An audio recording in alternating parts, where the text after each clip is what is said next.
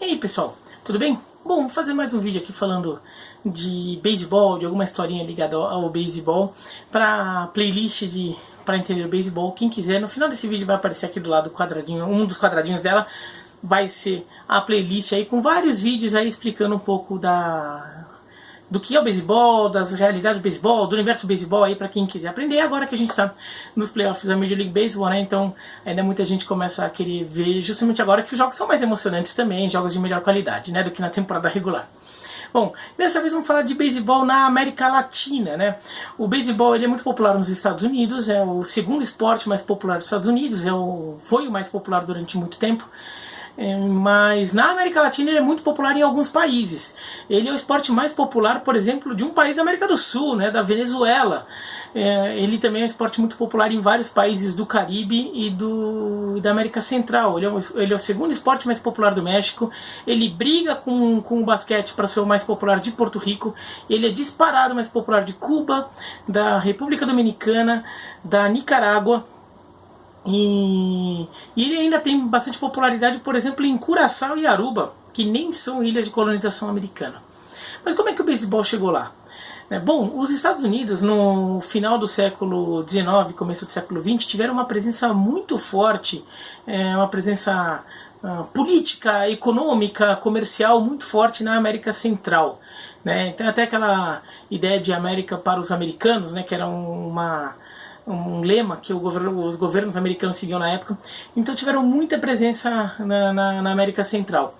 E com isso acabaram levando muito de sua cultura para lá, muitos dos seus jogos, porque quando você faz muita presença política, econômica, você não está só botando exército lá ou botando um monte de empresários, você está botando um monte de gente que acaba vindo junto ali nesse processo, desde missionários religiosos até educadores, escolas, tudo que acaba vindo junto nesse pacote. Trabalhadores comuns ali que vão ajudar em diversas atividades econômicas. Nisso o beisebol acabou sendo levado para muitos desses lugares. Um caso muito clássico é o Panamá, que também tem o beisebol ali brigando com o futebol para ser o mais popular. Na construção do canal do Panamá, por exemplo, vieram muitos americanos, entre políticos, empresários e trabalhadores, mas os Estados Unidos tiveram uma presença muito forte em Porto Rico, que até hoje é um estado associado aos Estados Unidos, e em Cuba. Cuba que que era uma colônia espanhola, que depois da guerra hispano-americana passa a ser um local de domínio americano.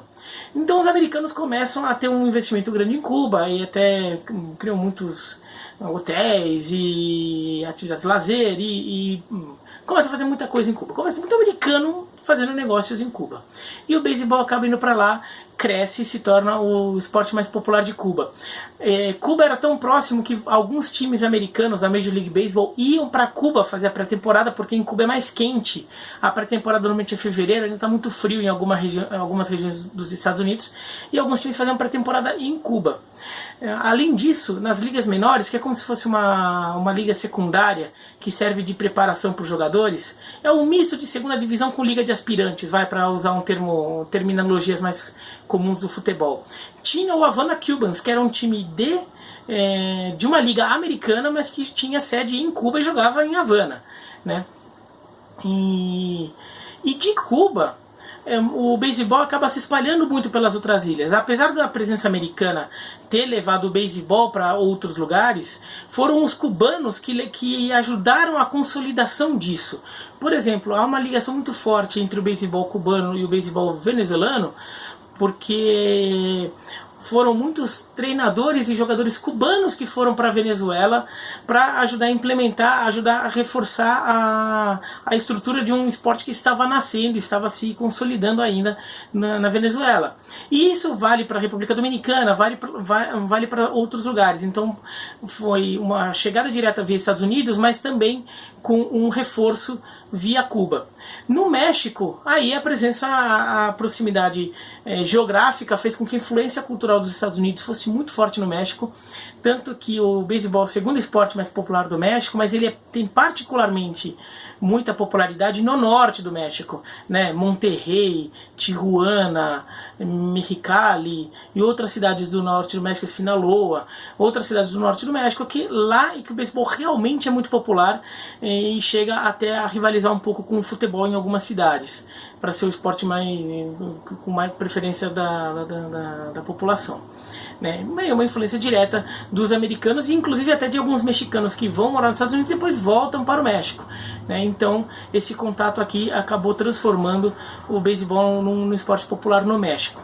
O México, por ser claramente o país economicamente mais forte desse bolo todo aí, chega a ter uma liga profissional até antiga, bem estruturada, que em algum momento até ensaiou rivalizar com a Major League Baseball, tentar roubar jogadores da Major League Baseball.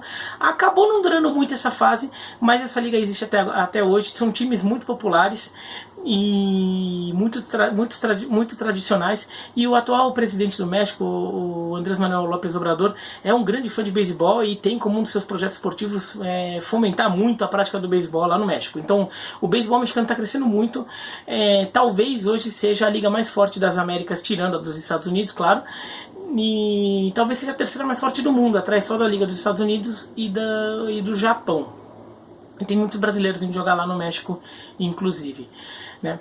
Com a Revolução Cubana, Fidel Castro toma o poder em Cuba, Cuba fica politicamente mais isolada e daí acaba tendo o seu beisebol continua seu desenvolvimento internamente, tem muito investimento do esporte, né, no governo comunista de Cuba, tem muito investimento no esporte, o beisebol também, né, mas Cuba acaba se isolando de todo o sistema internacional de transferência de jogadores, tudo, intercâmbio. Cuba começou a participar mais de competições amadoras. O cenário já mudou um pouco hoje, mas durante muitas décadas foi assim. E daí o país que assumiu o papel de grande força da América Latina foi a República Dominicana, vindo um pouco atrás da Venezuela. Porto Rico também, mas Porto Rico ainda, como é um país muito pequeno, então assim, tem gerações muito boas, mas às vezes a geração não é tão boa assim. A geração atual é muito boa, a geração dos anos 90 também era muito boa, a dos anos 2000 nem tanto. Né? A Venezuela e a República Dominicana hoje criam jogadores com muita constância, eles têm um cenário de clubes muito fortes. Para muita gente, mesmo alguns americanos que tiveram contato com isso, o clássico de beisebol, a maior rivalidade de beisebol do mundo não é entre Boston Red Sox e New York Yankees, não é entre São Francisco Giants e Los Angeles Dodgers, não é entre Yomiuri Giants e Hanshin Tigers no Japão, seria entre Navegantes de Magallanes e Leones de Caracas, que inclusive eu tenho camisa aqui do Magallanes e do Caracas aqui. Navegantes de Magallanes e Leones de Caracas, o Magallanes de Valência, o Leones de Caracas, é a maior rivalidade do beisebol venezuelano, e uma rivalidade que tem características até da forma da torcida se manifestar, da forma de encarar esses clássicos, que se assemelham um pouco aos clássicos latino-americanos de futebol, aí um Boca River, um Grenal, um Nacional Peñarol, um Olímpia Cerro Porteño, um América Chivas, vai ter o clássico entre Navegantes de Magallanes e Leones de Caracas tem mais esse caráter. O beisebol na América Latina também, ele cria sua cultura própria, e das quais os caribenhos têm muito orgulho dela, que é uma cultura muito menos blasé que a do beisebol dos Estados Unidos. Né? No beisebol dos Estados Unidos você rebate um home run, tem que ir correndo, qualquer coisa é encarada como desrespeito ao jogo, sei lá o que. Existe ainda muitos dedos aí antes de fazer qualquer coisa. O beisebol latino-americano não, tem muito mais vibração, a torcida é muito mais barulhenta, e os jogadores tem essa coisa que a gente pensa assim, às vezes do futebol também, quando se pensa no futebol latino-americano, de ir pra cima, aquela coisa de não ter vergonha de se exibir. Então tem um home run, ele vai lá e eu fiz isso, tem uma fanfarronice ali, tem uma demonstração de paixão, de emoção da situação muito mais forte. Os americanos, tem muito americano que já gostaria de ver mais isso no beisebol americano, que às vezes fica muito blasé demais, né? Mas o beisebol latino-americano tem isso não é mal visto. Então, por exemplo, rebater um home run e festejar efusivamente não é visto como desrespeito ao arremessador. E isso acontece, e muitos jogadores que jogam nos Estados Unidos, quando vão jogar na América Latina, os latinos, né? Eles mudam o jeito dele de jogar. As ligas da América Latina mais fortes hoje, de clubes, são, não necessariamente na ordem, né? Mas de México, República Dominicana, Porto Rico, Venezuela e Cuba. Com alguns países aí crescendo, a Colômbia está crescendo muito e tem uma liga profissional também. Nicarágua, que como liga ainda não é tão forte, mas tem um beisebol que revela muito jogador, como a seleção nicaragüense é uma seleção normalmente muito batalhadora, muito raçuda, difícil jogar contra a Nicarágua. E o Panamá também tem um beisebol que às vezes revela alguns jogadores importantes, inclusive o fechador mais importante da história da Major League Baseball é um panamenho, né, o Mariano Rivera. As competições, tem as ligas domésticas são jogadas durante as férias do beisebol americano. Então o beisebol americano tem jogos de março a outubro. As ligas latino-americanas começam em novembro e elas vão jogando até fevereiro. Quando terminam as ligas, tem um campeão. O campeão de cada liga vai disputar a Série do Caribe, que é uma espécie de Libertadores da América, ou de Conca Champions, do beisebol. Então ela é disputada pelo campeão da Venezuela, o campeão da República Dominicana, o campeão de Porto Rico, o campeão do México e como convidados o campeão de Cuba, que os cubanos criaram esse torneio, mas depois da Revolução saíram e agora estão voltando com a seleção de Cuba, e o vencedor da Série Latino-Americana. A Série Latino-Americana é como se fosse a Liga Europa, a Copa Sul-Americana dos clubes, que é disputada pelo campeão da Nicarágua, da Colômbia, da Nicarágua, da Colômbia, da Argentina, de uma liga meio de segunda divisão do México e do Panamá. Dali sai um time, o campeão, e esse campeão vai se integrar à Série do Caribe, que é como se fosse a Libertadores. Ela é sempre disputada em sede fixa e roda entre os países organizadores ali do torneio. É um torneio muito legal, disputado sempre em fevereiro, que tem presença de torcida, um jeito mais barulhento, diferente de ver o beisebol. É muito legal.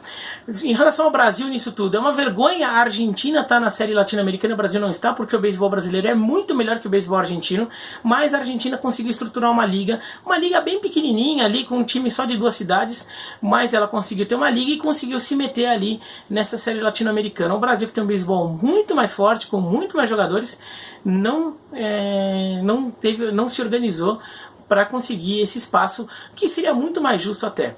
Né? Nas ligas latino-americanas jogam jogadores profissionais, né, que não tem espaço nos Estados Unidos nem no Japão, mas muitos latino-americanos que jogam nos Estados Unidos, eles pedem autorização e podem jogar nas ligas latinas. Inclusive jogadores da Major League Baseball às vezes vão jogar, algumas estrelas, nem que seja para fazer pequenas aparições. Eles gostam de jogar diante da sua torcida porque estão jogando diante da sua família, dos seus amigos, da sua comunidade, e é dos times que eles cresceram torcendo. Né? Eles cresceram torcendo pelos times do seu país. Então muitos querem jogar lá, nem que seja fazer 2, 3 jogos na temporada, participar do Home Run Derby, do All-Star Game, e depois eles saem de férias definitivamente para depois voltar só para a pré-temporada dos Estados Unidos. Mas isso também acontece, então isso também dá um molho legal aí nas ligas latino-americanas, que tem às vezes brasileiros jogando também, vale atenção por isso. Mas é isso, então esse é um panorama aqui do beisebol na América Latina, para quem quer saber mais ou menos como funciona. Vou fazer um vídeo também sobre o beisebol no Extremo Oriente, Japão, Coreia do Sul, Taiwan, China, Filipinas, né? Vou publicar amanhã esse vídeo, então pode ficar aguardando que amanhã tem mais vídeo contando um pouco a história do beisebol fora dos Estados Unidos, tá bom? Então é isso, então se vocês gostaram do vídeo, dá um joinha, se não gostaram, se inscreve no canal, clica no sininho e escreve aqui embaixo no comentário se tem alguma coisa a dizer sobre isso, tá bom? Um abraço e até mais.